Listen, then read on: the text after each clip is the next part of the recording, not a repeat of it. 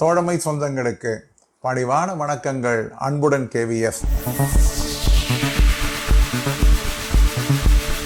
Sorting assistant பதவிகளை PA post ஆஃபீஸுடன் இணைப்பது குறித்து மிக விரிவான ஒரு பதிவினை நான் முன்னர் வெளியிட்டிருந்தேன்.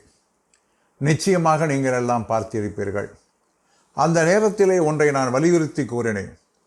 இதை தவிர்த்திட வேண்டுமென்றால், இந்த மெர்ஜர் என்பதை கண்டிப்பாக நிறுத்தி வைத்திட வேண்டுமென்றால் ஒரு வலுவான இயக்கத்தினை கட்டிட வேண்டும். இல்லையே கேடர் ரிவ்யூ என்பதனை RMS பிரிவிலே நடத்தி அதற்கு பின்னால் இந்த மெர்ஜர் என்பது நிகழ்ந்தால் கூட ஏற்கனவே பாதிக்கப்பட்டு இருக்கக்கூடிய அந்த சார்ட்டிங் அசிஸ்டண்ட்டுகளுக்கான ப்ரொமோஷன் என்பது நிச்சயமாக எதிர்காலத்திலே கிடைக்கும். அந்த வழியையாவது பின்பற்ற வேண்டும்.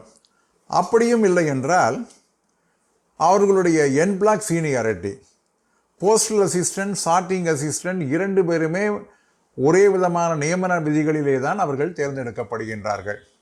ஒரே கெசட் நோட்டிஃபிகேஷனிலே தான் ஒன்றின் பின்றாக வந்து கொண்டிருக்கிறதே தவிர அவர்களுக்கான தனியான நியமன விதிகள் போன்று எங்கும் இல்லை. ஆக ஒரே மாதிரியான நியமன விதிகளிலே இரண்டையும் ஒன்றாக மெர்ஜ் செய்யக்கூடிய நேரத்திலே இந்த இன்ட்ரசி சீனியாரிட்டி என்பது கொடுக்கப்பட்டால் இந்த பிரச்சனையானது தீரும். ஆக கேடர் ரிவ்யூ நடத்தப்பட வேண்டும், இன்ட்ரசி சீனியாரிட்டி என்பது தரப்பட வேண்டும். இது போன்ற பிரச்சனைகளை தீர்வு கண்டால்தான் சார்ட்டிங் அசிஸ்டண்டை PAவுடன் இணைக்கக்கூடிய இந்த பிரச்சனைக்கு தீர்வு காண முடியும் என்பதை நான் வெளிப்படுத்தி இருந்தேன். கடந்த ஜூலை மாதம் முதலாகவே என்னுடைய பல்வேறு சூழ்நிலைகள், என்னுடைய உடல்நிலை காரணமாக, குடும்ப சூழ்நிலை காரணமாக தொடர்ச்சியாக நான் வீடியோவினை வெளியிட முடியவில்லை. ஆனாலும் இது ஒரு முக்கியமான பிரச்சனை நமக்கு இருக்கிறது என்பதற்காகத்தான், இது பழைய செய்தி ஆனாலும் நிறைய பேருக்கு தெரியாமல் இருக்கலாம் என்பதற்காகத்தான் இந்த பதிவினை இப்பொழுது நான் வெளியிடுகின்றேன். ஏற்கனவே அஞ்சல் துறை அஞ்சல் தொழிற்சங்கங்களுடன் 19/7/2023 மற்றும் 26/7/2023 ஆகிய 2 நாட்களிலே பேச்சுவார்த்தையை நடத்தியிருக்கிறது. இந்த பேச்சுவார்த்தையினுடைய நடவடிக்கை குறிப்பு என்பது 23/8/2023 அன்று அஞ்சல் துறையினால் வெளியிடப்பட்டு இருக்கிறது. அந்த நடவடிக்கை குறிப்பினை நாம் ஊர்ந்து கவனிக்கின்ற பொழுது நிச்சயமாக விரைவிலே இந்த மெர்ஜர் என்பதை அவர்கள் நடத்தி காட்டிவிடுவார்கள் என்கின்ற எண்ணத்தை உருவாக்கி இருக்கிறது என்பதை ஒரு சாதாரணமான ஒருவர் கூட அதை உணர்ந்து கொள்ள முடியும்.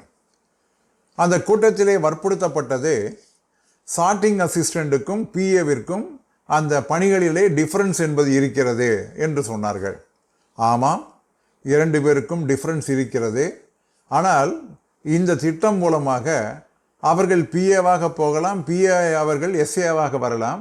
ஆக யாருக்கு என்ன பணி செய்ய முடிகிறதோ அவரவர்களுக்கு அந்த பணியை கொடுக்கலாம் என்பதற்காகத்தான் இந்த திட்டம் என்ற ஒரு விதண்டாவாதத்தை அஞ்சல் நிர்வாகம் முன்வைத்திருக்கிறது. அடுத்ததாக லாஸ் ஆஃப் சீனியாரிட்டி. ஏற்கனவே இந்த திட்டத்தினுடைய செயலாக்கம் பற்றி குறிப்பிட்ட பொழுதே யாரெல்லாம் விருப்பம் கொடுத்து சார்ட்டிங் அசிஸ்டண்டிலிருந்து PAவாக மாறுகின்றார்களோ அவர்களெல்லாம் அந்த ஆண்டிலே இறுதியாக தேர்ந்தெடுக்கப்பட்டு இருக்கக்கூடிய எழுத்தருக்கு பின்னால் என் பிளாக் சீனியாரிட்டி அதற்கு பின்னால் தரப்படும் என்கின்ற அதை மாற்றிட வேண்டும் என்பது நம்முடைய கோரிக்கை. அதற்கு வேண்டுமானால் சார்ட்டிங் அசிஸ்டண்டாக இருங்கள், இல்லை என்றால் அப்படியே இருந்து கொள்ளுங்கள் என்கின்ற பதிலை சொல்லியிருக்கிறது. அப்படி என்றால் இனி எதிர்காலத்திலே நிரப்பப்படக்கூடிய அனைத்து சார்ட்டிங் அசிஸ்டன்ட் பதவிகளும் போஸ்டல் அசிஸ்டண்டாக இருக்கும். தற்பொழுது யாரெல்லாம் சார்ட்டிங் அசிஸ்டண்டாக இருக்கின்றார்களோ அவர்கள் எல்லாம் சார்ட்டிங் அசிஸ்டண்டாகவே அவர்களுடைய பணியினை இனி நடத்திட வேண்டும். ஏனென்றால் பதவி உயர்வுக்கான வாய்ப்புகள் என்பது கூட கேடர் ரிவ்யூ மறுக்கப்பட்டதனால் அந்த வாய்ப்பும் இல்லை. மூன்றாவதாக வைத்திருக்கக்கூடிய கோரிக்கை உடனடியாக கேடர் ரிவ்யூவை நடத்திட வேண்டும் என்கின்ற அந்த கோரிக்கை கூட நிராகரிக்கப்பட்டிருக்கிறது. ஏனென்றால் அவர்களுக்கு ஃபங்க்ஷனல் ஜஸ்டிஃபிகேஷன் இல்லை என்று சொல்லியிருக்கிறார்கள். உள்ளபடியே அப்படி இல்லை. ஃபங்க்ஷனல் ஜஸ்டிஃபிகேஷன் இருக்கிறது என்பதற்கான மிக தெளிவான முகாந்திரங்களை அன்றைய R3 பொதுச் செயலாளர்கள் நிர்வாகத்திற்கு தந்திருக்கிறார்கள். மிக அருமையான ப்ரொபோசல் இருக்கிறது. அங்கேயும் சிங்கிள் ஹேண்டட் ஆஃபீஸை போன்று அங்கேயும் ஹெட் சார்ட்டிங் அசிஸ்டன்ட் இருக்கின்றார்கள், அங்கேயும் சூப்பர்வைசர் இருக்கின்றார்கள், அங்கேயும் ஹெச்ஆர்ஓ இருக்கின்றார்கள், எஸ்ஆர்ஓ இருக்கின்றார்கள். பல பதவிகள் இருக்கின்றன. பல பதவிகளை புதிதாக உருவாக்குவதற்கான பல்வேறு வாய்ப்புகள் இருந்தாலும் கூட அவைகளை பரிசீலிக்க மாட்டேன் என்று நிர்வாகம் அடம் பிடிப்பது என்பது இந்த பிஏ உடன் எஸ்ஏவை இணைக்க வேண்டும் என்கின்ற உரை திட்டத்தினால்தான். ஆக மொத்தத்திலே இந்த பிஏ உடன் இந்த சார்ட்டிங் அசிஸ்டன்ட் பதவி இணைக்கப்படுமா என்றால் மிக விரைவிலே அதற்கான ஆணை வெளிவரும் என்பது என்னுடைய எதிர்பார்ப்பு. அதை தடுத்து நிறுத்துவதற்கு என்ன வழிமுறைகளை கையாள வேண்டும் என்பதற்கான அந்த வழிமுறைகளை தொழிற்சங்கங்கள் நிச்சயமாக பரிசீலித்திட வேண்டிய ஒரு கட்டாயத்தில் இருக்கிறார்கள் என்கின்ற ஒரு செய்தியை கூறி முடிக்கின்றேன். அன்புடன் KVS.